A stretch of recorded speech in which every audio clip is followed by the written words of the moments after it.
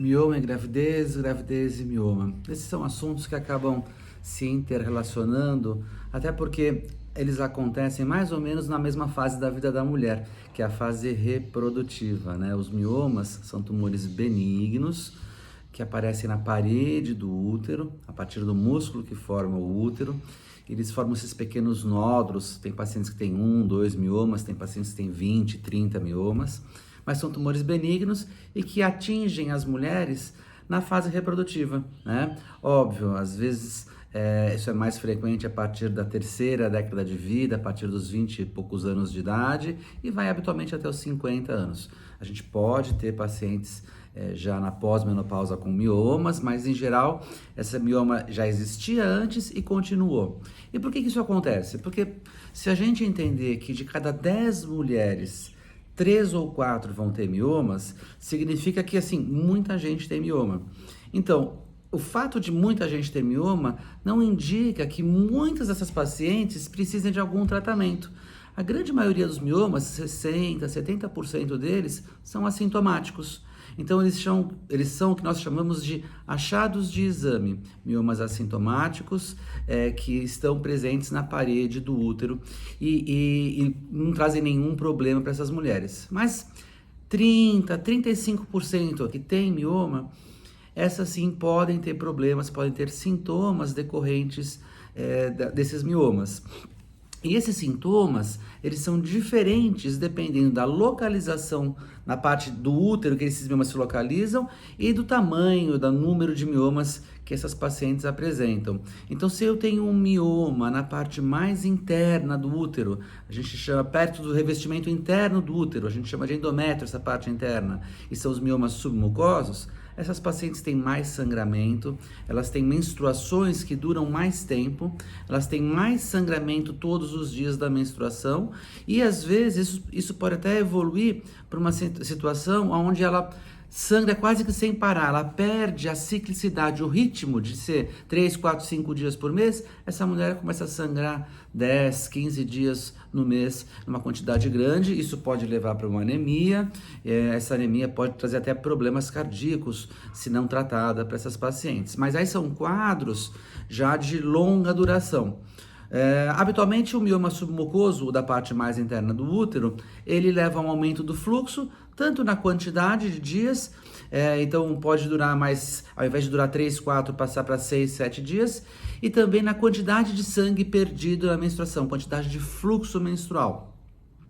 Isso às vezes a gente pede para o paciente medir contando o número de absorventes, se houve uma mudança, o número de absorventes externos aumentou a partir de um certo período, então realmente teve um aumento do fluxo menstrual. Uma outra situação, esses miomas podem dar um pouco de cólica, um pouco de dor, quando eles se localizam principalmente na parte íntima da parede do útero. Eu costumo dizer que essa parte da parede do útero, essa fibra muscular uterina, para a gente comparar, é como se fosse uma sala, são os tijolos da sala, né?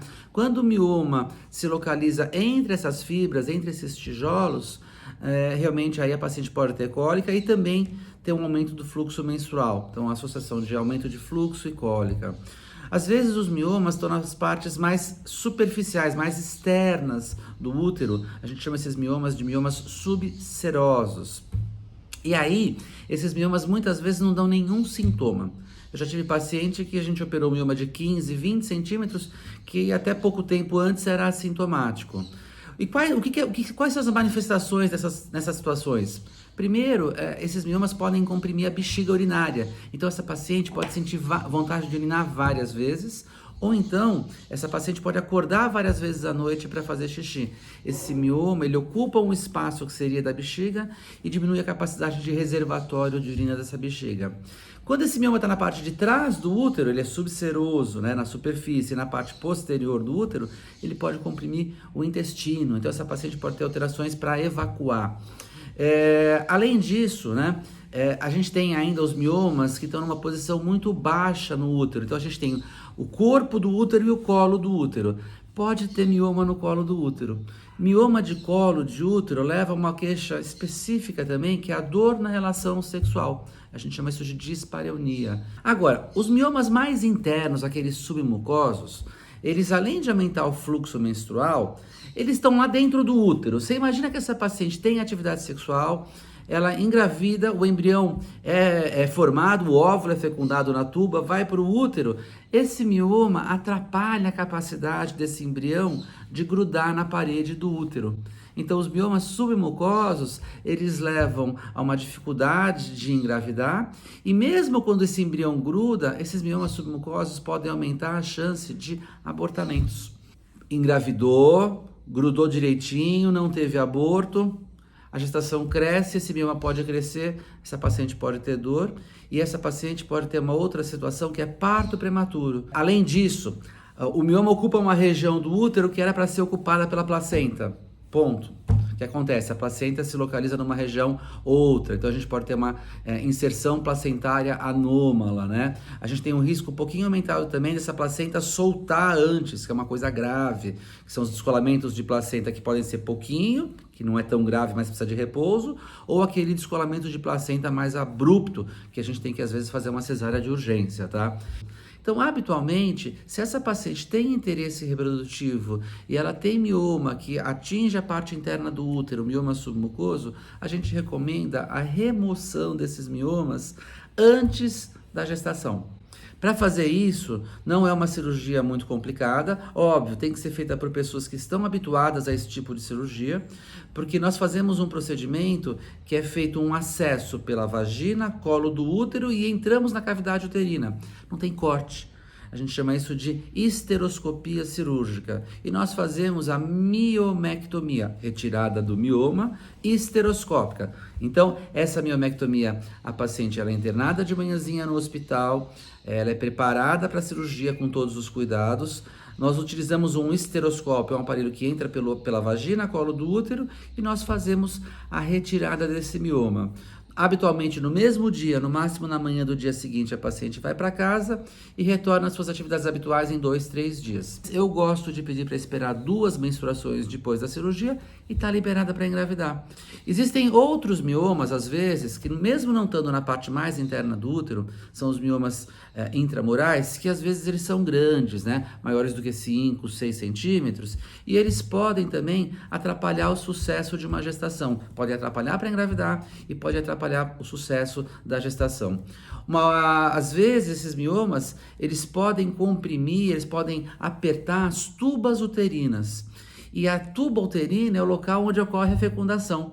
Então esse mioma, se ele estiver comprimindo ou mudando o trajeto da tuba uterina, ele pode ou dificultar a gestação ou até aumentar o risco da gestação acontecer nas tubas, nas trompas, tá?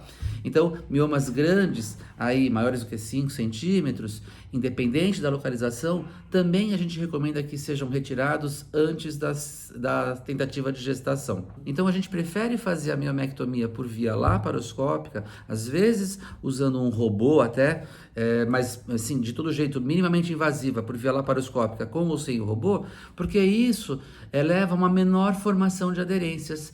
É óbvio que dependendo do time que está operando, da experiência, e dependendo se a paciente tem muitos miomas, 20, 30 miomas, às vezes a via laparoscópica não pode ser utilizada para aquela paciente. E aí nessa situação, é a situação onde a gente faz a cirurgia, a miomectomia por laparotomia, a técnica mais antiga, mas que ainda tem o seu lugar para essas situações. Múltiplos miomas grandes, e sem uma estrutura completa para fazer por via laparoscópica, a cirurgia pode ser feita também de forma adequada, fazendo um corte no abdômen da paciente, né? Um corte como de uma cesárea, e fazendo a retirada dos miomas por esse corte. A recuperação nessa cirurgia é um pouquinho mais chata, mas ela também pode ser feita de forma adequada. Bom, em linhas gerais, miomas e gestação, eles acabam convivendo pela fase da vida da mulher. A gente tem uma tentativa sempre de deixar o útero o mais perfeito possível antes dessa paciente engravidar. Às vezes não dá, às vezes a paciente chega grávida com os miomas, e aí o pré-natal exige alguns cuidados, e a gente tem que, às vezes, deixar essa paciente um pouquinho mais quietinha, fazendo menos atividades. Às vezes a gente suplementa um tipo de hormônio que é a progesterona, para fazer com que essa musculatura do útero relaxe.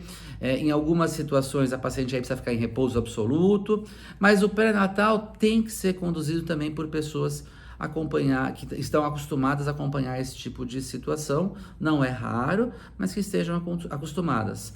Uma pergunta que sempre me fazem é de operar os miomas durante a gestação ou até num parto, se esse parto for cesárea. Durante a gestação, esse útero fica cheio de sangue. Sangue para nutrir a placenta, para nutrir o embrião, para nutrir o bebê. Então, ele fica com os vasos sanguíneos mais dilatados. Então, fazer essa cirurgia de retirada dos miomas na gestação é uma situação de exceção, porque o risco de sangramento é muito grande. Sem contar os riscos que podem ter em relação ao bebê, se a cirurgia é feita ainda na gestação. E mesmo logo depois do parto, por esse útero estar aumentado, com os vasos sanguíneos cheios, a gente tenta evitar a cirurgia nessa fase que a gente chama de ciclo gravídico puerperal. A gente fala para depois de 3, 4 meses ou até 6 meses depois, a gente reavalia essa paciente e aí discute se há necessidade da remoção desses miomas. Então, mioma, um tumor benigno que está na parede do útero, pode ser mais para dentro, no meio do útero ou até na parte superficial, pode estar no fundo, pode estar perto do colo, e que a solução habitual é a remoção desses miomas. Existe uma cirurgia, existe uma técnica não cirúrgica para às vezes tratar esses miomas. Às vezes a gente injeta no vaso sanguíneo que nutre esse mioma uns êmbolos, pequenas partículas, melhor dizendo, que vão e obstruem o fluxo, entopem esse vaso e aí para de chegar sangue para esse mioma e esse mioma diminui. Isso a gente chama de embolização da artéria que nutre os miomas. É uma técnica que faz a diminuição dos miomas e algumas mulheres melhoram os sintomas só com isso. Mas não é a primeira escolha, isso é feito para situações especiais, importante lembrar isso. E mais recente ainda, tem duas técnicas mais recentes. Uma que usa os raios do ultrassom bem focadinhos no meio do mioma para destruir esse mioma através do calor. Isso tem que ter no máximo 1, 2, 3 miomas no máximo. Tem alguns critérios de tamanho, então são casos específicos. Ou ao invés de usar as ondas de ultrassom, a gente usa uma agulha que emite radiofrequência e também por aumento da temperatura do mioma, esse mioma seca, ele encolhe, ele diminui de volume, né? Mas ele continua lá. Algumas mulheres têm melhora dos sintomas quando elas às vezes usam essas técnicas, né? Ou a embolização, ou o HIFU, que é a técnica do ultrassom, ou a radiofrequência, elas apresentam melhora, mas essas técnicas é importante a gente falar que elas são boas alternativas, mas a primeira escolha para o tratamento dos miomas, em geral, realmente é a retirada desses miomas, a miomectomia. E só para a gente finalizar, imagine que eu tenho uma mulher que já tem filhos, já tem a sua família completa, está nos seus 45, 50, ou às vezes até um pouquinho mais jovem, e tem um monte de mioma e sofre com esses miomas. Uma alternativa que também tem que ser oferecida, conversada, discutida com a paciente é a retirada do útero e os miomas. Aí a gente chama isso de histerectomia. Então vocês têm que entender que essa é uma alternativa que também pode ser correta, mas ela tem que ser escolhida o momento adequado e tem que estar realmente alinhado, tanto a indicação do médico quanto o interesse, o desejo da paciente. Tem paciente que mesmo não querendo ter mais filhos, ela vai se sentir mutilada tirando o útero. Então aí é importante a gente ver se a gente vai fazer uma miomectomia ou se às vezes nessa situação a gente pode pensar numa embolização ou até numa radiofrequência, mas não podemos deixar essa paciente sem tratar, porque se ela ficar sem tratar, vai sangrar mais, vai acabar piorando e às vezes aí acaba indo para uma cirurgia de urgência. Mesmo a retirada do útero, a gente também faz essa cirurgia, na grande maioria das vezes, sem abrir o abdômen da paciente. Faz por via laparoscópica, com ou sem assistência da robótica. Então, o mais importante é que o mioma, em qualquer fase da vida da mulher, ele tem que ser acompanhado. Algumas vezes, 40% das pacientes precisam que esses miomas sejam tratados. Cirurgia é uma boa escolha. Quando a paciente jovem, retirar só os miomas. As técnicas alternativas também podem ser oferecidas, mas o mais importante, essa paciente precisa ser tratada de forma adequada e o mioma é um dos problemas que acontece com muita frequência, mas que a gente tem ótimas alternativas para resolver os problemas decorrentes do mioma e para melhorar muito a qualidade de vida dessas pacientes.